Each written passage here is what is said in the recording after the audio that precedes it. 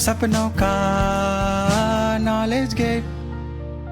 Okay चलिए भाई इस क्वेश्चन को सॉल्व कीजिए। अब जो कल वाला क्वेश्चन था ना इसको सॉल्व कीजिए फटाफट से। दो फ्रैक्शन को आपको ऐड करना है और सम जो है वो रिड्यूस्ड फॉर्म में दिखाना है। देखिए एक बार और मैं आपको इनपुट बता देता हूँ। इनपुट कैसे लिया गया है, पहले फ्रैक्शन का न्यूमरेटर लिया है, फिर डिनोमिनेटर लिया है, फिर दूसरे फ्रैक्शन का न्यूमरेटर लिया है, फिर डिनोमिनेटर लिया है।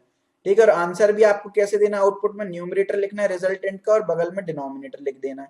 ठीक है, जैसे फॉर एग्जाम्पल ये क्या है पता है, ये है आपका 1/2 प्लस 3/2। करो जरा कितना आ रहा है, 4/2 आ रहा है, लेकिन आपको रिड्यूस्ड फॉर्म में चाहिए, यानी 4/2 को रिड्यूस करोगे तो 2/1 आएगा। 2/1 आएगा तो 2 और 1 आंसर। अनमोल जी रिड्यूस्ड फॉर्म में चाहिए, ध्यान रखिएगा आप। चलिए देखते हैं भाई कैसे करेंगे, इधर ध्यान दो पूरा जरा फटाफट से। देखिए बिल्कुल सिंपल सा कोड है यार, कुछ भी खास नहीं है इसमें। मैं आपसे क्या बोल रहा हूं, देखो यहां पर देखना जरा मेरे को। मैं बोल रहा हूं मेरे पास दो फ्रैक्शन है। क्या है मेरे पास, दो फ्रैक्शन, एक तो है a/b और एक है c/d। मेरे को इनका सम निकालना है, ऐड करना है इन दो फ्रैक्शन को। क्वेश्चन भी दिया है दो ही फ्रैक्शन को ऐड करना है। तो मैं क्या करूंगा, मैं एलसीएम ले लूंगा। तो एलसीएम नंबर नहीं पता तो अपने को प्रोडक्ट निकालना होता है। तो bd कर दिया यहाँ पर ad, और यहाँ पर क्या होगा प्लस bc होगा। किसी को भी डाउट है क्या इस स्टेप में, लिख सकता हूं ना, कोई दिक्कत है? एग्जाम्पल भी देख लो यार, अगर ऐसे डायरेक्ट समझ नहीं आ रहा। मैं लिख सकता हूँ 1/2 और 3/2 है जैसे फॉर एग्जाम्पल। तो क्या करना है, क्रॉस मल्टीप्लाई करके ऐड कर देना है। तो 2 इंटू 1 2 प्लस 3 इंटू 2 6 अपन डिनोमिनेटर का मल्टीप्लाई कर दो 4 विच इज नथिंग बट 8/4, यानी आ गया आपका 2/1 वापस से आ गया। तो यही तो करना है, क्रॉस मल्टीप्लाई करो, इनको ऐड कर दो, डिनोमिनेटर का अगेन प्रोडक्ट करके ऐड कर दो। हाँ बिल्कुल, नर्सरी क्लास में हमने पढ़ा था ये तो। ठीक है, तो ये बात आपको क्लियर हो गई है। तो बस वही लॉजिक आपको लगाना है। तो मैं क्या करूंगा, मैं बस एडी करूंगा, बीसी का सम करूंगा। इसको लेट से मैंने एक्स मान लिया, और जो बीडी है यानी डिनोमिनेटर है उसको मैंने वाई मान लिया, और मैं एक्स और वाई को आउटपुट निकाल दूंगा। डन हो गया, ये तो बन गया ना कोड।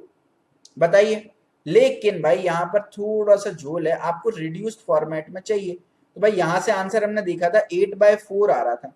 अब x की वैल्यू 8 है, y की वैल्यू 4 है। अब रिड्यूस्ड फॉर्मेट में कैसे करें?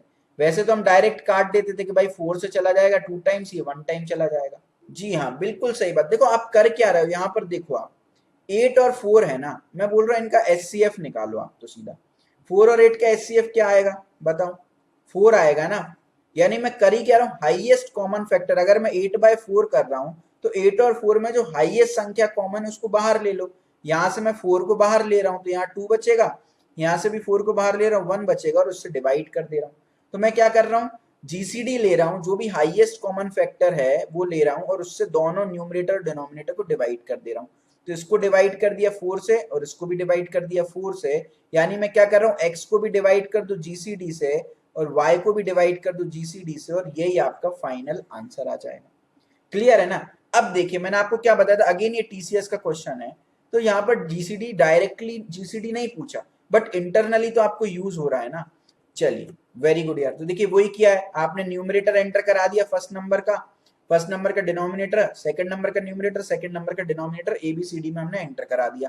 ठीक है, एक्स वाई जो है वो रिजल्टेंट के लिए हो जाएगा। तो यहाँ पर क्या किया मैंने, यहाँ पर वही किया मैंने। देखिए ये भी एक जीसीडी का लॉजिक है, ये बिल्कुल नेव अप्रोच है जीसीडी की, जिसकी मैं बात कर रहा था ना, नेव अप्रोच है।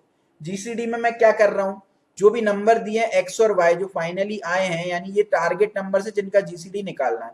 तो जीसीडी आपको एक्स और वाई का निकालना है।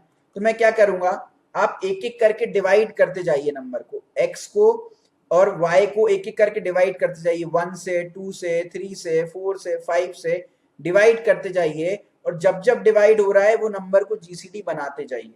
आप समझ रहे? जैसे फॉर एग्जांपल मैं आपको बता रहा हूँ, आपको 4 और 8 का जीसीडी निकालना है फॉर एग्जांपल।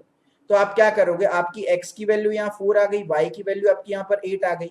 ठीक है, तो आपको क्या करना है, जो भी x और y में से जो छोटा नंबर है ना उस तक जाना है। इसका मतलब क्या हुआ, इस एंड कंडीशन का मतलब समझ रहे हो, i x से भी छोटा होना चाहिए, y से भी छोटा होना चाहिए, यानी x और y में जो छोटा नंबर है वहीं तक तो लूप चलेगी ना। यहाँ पर x की वैल्यू 4 है, y की वैल्यू 8 है, तो जो लूप कितनी टाइम चलेगी, मैक्सिमम बताओ 4 ही टाइम चलेगी ना।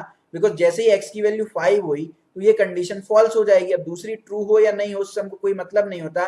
एंड गेट में अगर एक भी कंडीशन फॉल्स है तो पूरा एंड गेट फॉल्स हो जाता है। तो यार इस बात का बिल्कुल आपको ध्यान रखना है, क्या i less than equal to x, i less than equal to y है। x की वैल्यू लेट से मैंने 4 ले ली, y की वैल्यू लेट से मैंने 8 ले ली। अब मैं क्या कर रहा हूँ, 1 से शुरू कर रहा हूँ और एक एक करके नंबर डिवाइड कर रहा हूँ। तो पहले मैं 4 को 1 से डिवाइड करके देख रहा हूँ, भैया डिवाइड हो रहा है। उसी तरीके से 8 को भी 1 से डिवाइड कर रहा हूँ, डिवाइड हो रहा है। इसका मतलब क्या है, 1 क्या है, कॉमन फैक्टर है दोनों के। 1 क्या निकल करके आ गया, कॉमन फैक्टर। अभी मेरे को नहीं पता ये हाईएस्ट है कि नहीं है, अभी तो मैं एज्यूम कर रहा हूँ कि 1 ही हाईएस्ट है, इसलिए देखो आई रख दिया। अब अगले नंबर पे गए भैया, 2 को चेक किया भाई, 4 जो है वो 2 से भी डिवाइड हो रहा है, 8 भी 2 से डिवाइड हो रहा है, यानी 2 भी एक कॉमन फैक्टर है। तो भैया 1 से तो बड़ा है, तो अब जीसीडी में मैंने क्या रख दिया, 2 रख दिया। अभी हमारे हिसाब से जीसीडी जो है वो 2 है। आगे चेक करते हैं, 4 जो है वो 3 से ही डिवाइड नहीं हो रहा, तो 8 तो चेक करने नहीं, यहीं पे एंड कंडीशन फॉल्स हो जाएगी। चलिए आगे बढ़ते हैं, 4 से देखिए, तो 4 भी 4 से डिवाइड हो रहा है, 8 भी 4 से डिवाइड हो रहा है, दोनों नंबर 4 से डिवाइड हो रहे हैं। इसका मतलब क्या है भाई, जीसीडी में आई आ जाएगा, यानी 4 आ जाएगा। ठीक है, अब मैं आई की वैल्यू 5 कर दी तो कंडीशन ये फॉल्स हो जाएगी, लूप से बाहर आ गए, जीसीडी में क्या है, 4 है। तो ये बिल्कुल जो नेव अप्रोच थी ना जीसीडी की, जैसे मैं बचपन में नर्सरी में निकालता था 4 और 8 का जीसीडी, मैं क्या करता था, 4 का फैक्टर लिखता था 1 2 और 4, 8 का फैक्टर लिखता था क्या, 1 2 4 और 8। अब आपको कॉमन फैक्टर पूछे जाते थे तो मैं क्या लिखता था भाई, कॉमन फैक्टर है 1 2 और 4, इनमें हाईएस्ट है 4। देखो आंसर आ गया।